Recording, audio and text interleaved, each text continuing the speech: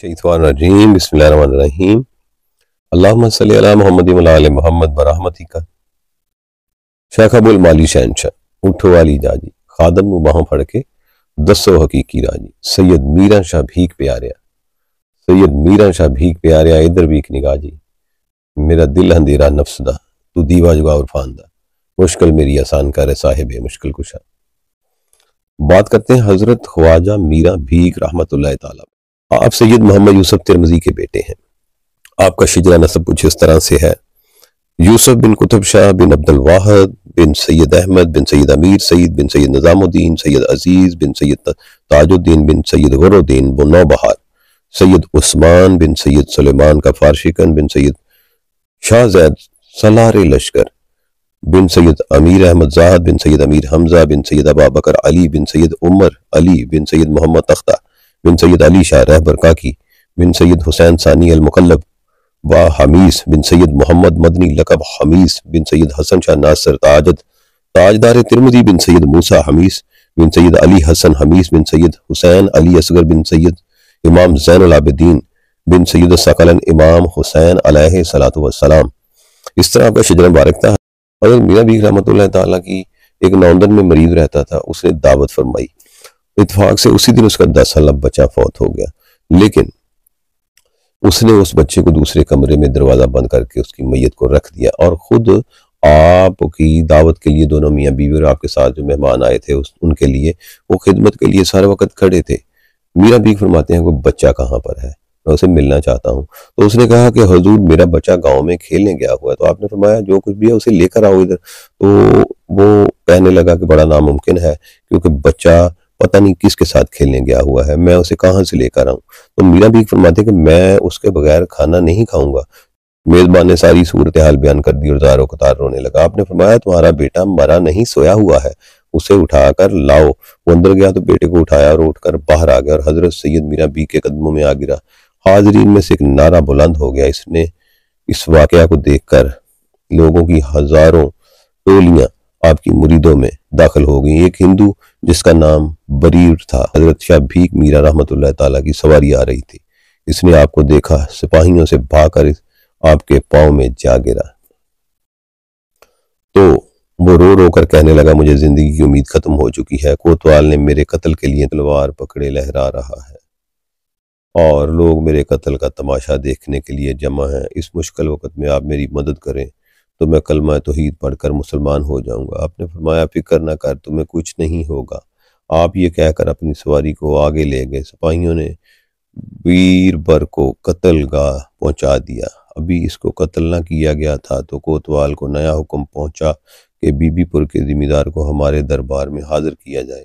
وہ دربار میں لایا گیا تو حاکم وقت اس کے سزائے موت کو معطل کر چکا تھا۔ حضرت میران بھیک کی خدمت میں حاضر ہوا اور کلمہ پڑھا، مرید ہو گیا۔ آپ نے اس کا نام پیر شاہ رکھا۔ ایک شخص آپ کی خدمت میں حاضر ہوا تو اس نے سوچا کہ میں آپ کا مرید بن جاؤں، لیکن دل میں خیال کیا کہ اگر یہ پیر کامل ہیں تو مجھے ایک خربوزہ دیں گے، حالانکہ یہ خربوزے کا موسم نہیں تھا۔ حضرت میران نے اس کے دل کی بات نور باطن سے جان لی اور ایک خادم کو کہا کہ آج میں نے حجرے کی تاکی میں نصف خربوزہ اس شخص کے لیے رکھا تھا، وہاں سے اٹھا لاؤ اور اسے کھلا دو۔ سائل نے خربوزہ لے لیا اور سچے دل سے مرید ہو گیا۔ ایک دن 1487 فقیر جو ہندو تھے حضرت میران کی خانقاہ میں مہمان بن کر آ گئے، کیونکہ آپ کا لنگر ہندو مسلمان سکھ عیسائی سب کے لیے عام تھا۔ لنگر کے ملازموں نے حضرت کی خدمت میں گزارش کی کہ آج ہمارے پاس صرف ایک سیر آٹا ہے اور چند من غلہ موجود ہے، اب کیا حکم ہے؟ آپ نے فرمایا آٹا اور چینی اور دوسری چیزیں میرے پاس لے آؤ اور ایک بڑے برتن میں ڈال لو۔ آپ نے اس برتن میں ہاتھ ڈالا اور فرمایا کہ اب ہر ایک فقیر کو 2 روٹیاں، ایک پاؤ شکر اور ایک پاؤ گھی بسم اللہ الرحمن الرحیم پڑھ کر دیتے جاؤ، اللہ برکت دے گا۔ خادموں نے تقسیم شروع کر دی اور 1400 فقیر پیٹ بھر کر اٹھے۔ ابھی آٹا اور شکر باقی بچے ہوئے تھے کہ وہ کھا کر چلے گئے۔ ایک بار حضرت میران بھیک دہلی میں نواب تہوار زمان کے گھر موجود تھے تو آپ کا ایک خادم میران بھیک کے لیے تشتری میں پان رکھ کر لایا۔ آپ کی خدمت میں جب یہ پان پیش کیے گئے تو آپ نے مجلس کو تقسیم کیے مگر تہوار خان کو پان نہ دیا۔ تہوار خان کے دل میں خیال گزرا کہ خدا معلوم مجھے نظر انداز کیا گیا ہے۔ یہ خیال آتے ہی تشتری سے ایک پان خود بخود اڑا اور تہوار خان کے ہاتھ میں چلا گیا۔ آپ نے فرمایا تہوار خان تمہاری مراد پوری ہو گئی، اور وہ اٹھا سر جھکا کر آپ کے قدم چومنے لگا۔ آپ 9 رجب بروز اتوار 1047 ہجری کو پیدا ہوئے اور بعد آپ نے 84 سال کی عمر پائی اور 1131 ہجری کو وصال فرمایا۔ جب آپ کا وصال ہوا آپ کو قصبہ کوہرام میں دفن کیا گیا۔ آپ کے مرید نواب روشن الدولہ نے آپ کا روضہ مبارک تعمیر کروایا۔ ثمرۃ الفوائد کے مصنف نے آپ کی تاریخ وصال شاہ بھیک مقبول 1331 خدا کے لفظوں سے نکالا ہے۔ ہم یہاں وضاحت کر دینا ضروری خیال کرتے ہیں کہ شاہ میرا بھیک کے بے شمار خلفاء تھے۔ یہاں ان بزرگان دین کا تذکرہ کرنا مشکل ہے، تاہم چند خلفاء اسماء گرامی مثلاً بیان کرنا ضروری خیال کرتے ہیں۔ ان کے سید محمد سالم ترمذی روپڑی، شاہ محمد باقر قدس تعالی، شاہ امام الدین جو حضرت شاہ محمد باقر کے بیٹے تھے، شاہ نظام الدین جو حضرت شاہ محمد کے بیٹے تھے، شاہ محمد جنہوں نے پیر مرشد کی موجودگی میں ایک مجلس سما میں جان دے دی تھی، شاہ عبد کوٹلہ والے، سید عبد المومن۔ آپ بڑی کمال کی شاعری فرماتے تھے۔ آپ کی شاعری میں وجدانہ کیفیت تھی۔ آپ فرماتے ہیں پیکھا فقیری کھٹڑ ہے لوکاں بانے کھیڑ، اپنا چگا بال کے سیکھیے پھر صاحب نال میل۔ پیکھا فقیری عجب ہے جو گر ملے سچیار، پاپی پنڈت نہ ملے سادھو ملے چمیار۔ پیکھا ہم مرے نہ ہر مرے، ہمری مرے بلا، سچے گر کا بال کا مرے نہ ماریا جا۔ بیکھا پڑھنا لکھنا چھوڑ دے، 2 اکچھر پڑھ لے، صاحب کی کر بندگی بھوکے کو کچھ دے۔ ہم تم دونوں ایک ہیں کہن سنن وچ 2، پیکھا من کو من سے تولیو 2 من کیسے ہو۔ آپ نے کمال کے انداز سے شاعری کو بیان کیا۔ آپ توحید میں ایک کمال منطق رکھتے تھے۔ پیکھا وہ نر اندھے جو گر کو جانے اور ہر روٹھے گرو میل دے، گر روٹھے نہ ٹھور۔ سادھو صاحب ایک ہے 2 کہے سو اوت، سادھو صاحب ایک ہے 2 کہے سو اوت، پیکھا تانا بانا ویکھ لے وہی سوت کا سوت۔ مالی بھیک ہوئے بھیک مالی ہوئے، 2 کالب یک جان ہوئے۔ پریت نہ کیجیو پنچھی والی، جل سک جاوے اڑ جاوے، پریت کیجیو مچھی جیسی، جل سک جاوے اتھے ہی مر جاوے۔ ایک دن آپ کو بذریعہ کشف معلوم ہوا کہ آپ کے پیر و مرشد حضرت شاہ المالی کی داڑھی کا ایک بال بوریا پھر گرا ہے۔ آپ اس بال کو لینے کی غرض سے اس وقت شاہ المالی آئنٹا میں رہتے تھے۔ تلاش کر کے بال بوریا پر سے اٹھا کر اپنے پاس رکھا۔ آپ کے پیر و مرشد کو آپ کی اس بات سے یہ خیال پیدا ہوا کہیں ایسا نہ ہو کہ آپ اس قسم کے مکشفات میں الجھ کر رہ جائیں اور مقصد حقیقی سے دور رہ جائیں۔ چنانچہ آپ کے پیر و مرشد نے آپ سے فرمایا میرا یہ فقر نہیں ہے، فقر دوسری چیز ہے۔ آپ کے پیر و مرشد نے آپ کو مرغ مرغن 3 روز تک بھون کر کھلایا۔ اس کے کھانے سے آپ کی صفائی قلب حاصل ہوئی۔ پھر انہوں نے آپ کو رخصت کیا اور خدا کے ساتھ مشغول رہنے کی ہدایت فرمائی۔ بس آپ کوہرام واپس آئے اور یاد حق میں مشغول ہوئے۔ چند دنوں کے بعد آپ کے پیر و مرشد نے آپ کو ایک رکا بھیجا۔ آپ کو آئنٹا طلب فرمایا تھا۔ آپ کی کثرت مجاہدہ ریاضت اور کم کھانے اور کم سونے کی وجہ سے اتنے کمزور ہو گئے تھے کہ آپ کا سفر کرنا دشوار تھا۔ چنانچہ آپ نے اپنے پیر و مرشد کو یہی لکھا تھا کہ کمزوری اتنی ہے کہ سفر کی ہمت نہیں ہے۔ جب وہ رکا لے کر آدمی آپ کی بارگاہ سے رخصت ہوا تو اس آدمی کے جاتے ہی آپ کو خیال پیدا ہوا کہ پیر و مرشد کے بلانے پر ضرور جانا چاہیے، اور آپ فوراً اسی وقت روانہ ہو گئے اور آفتاب غروب ہونے سے پہلے آپ آئنٹا پہنچ کر اپنے مرشد کی قدم بوسی سے مشرف ہوئے۔ آپ کے مرشد کریم آپ سے دریافت فرمایا کہ کوہرام سے کب چلے تھے؟ آپ نے سب کے ساتھ بیان فرمایا، عرض کیا کہ آج ہی دوپہر کوہرام سے چلا۔ پھر آپ کے پیر و مرشد نے پوچھا یہ تو بتاؤ دریا کس طرح پار کیا؟ آپ نے فرمایا کہ پانی کے اوپر چلا اور پاؤں میں تر نہیں ہوئے اور اوپر سے چل کر نکل آیا۔ جواب ختم۔ آپ کے پیر و مرشد نے آپ کو رخصت کیا اور آپ سے فرمایا اسباب ظاہر کی رعایت ضروری ہے۔ عبادات و مجاہدات۔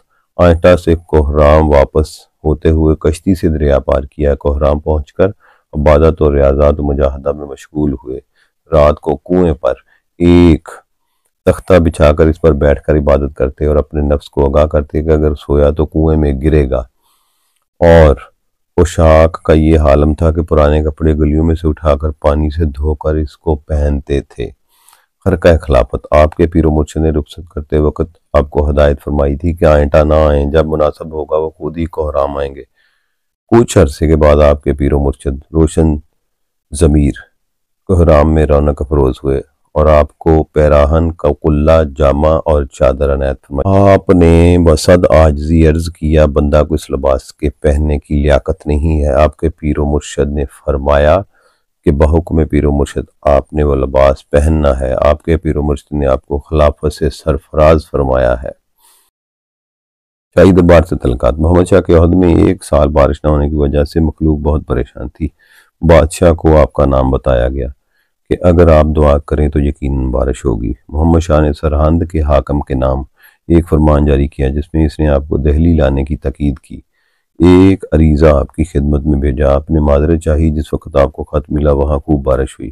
محمد شاہ نے آپ کو نذرانہ بھیجا جو آپ نے بمشکل قبول فرمایا۔ ایک مرتبہ محمد شاہ نواب روشن الدولہ کو آپ کی خدمت میں بھیجا کہ آپ کے خدمت میں کچھ مٹھائی اور کچھ کپڑے محتاجوں کو تقسیم کرنے کے لیے بھیجے ہیں۔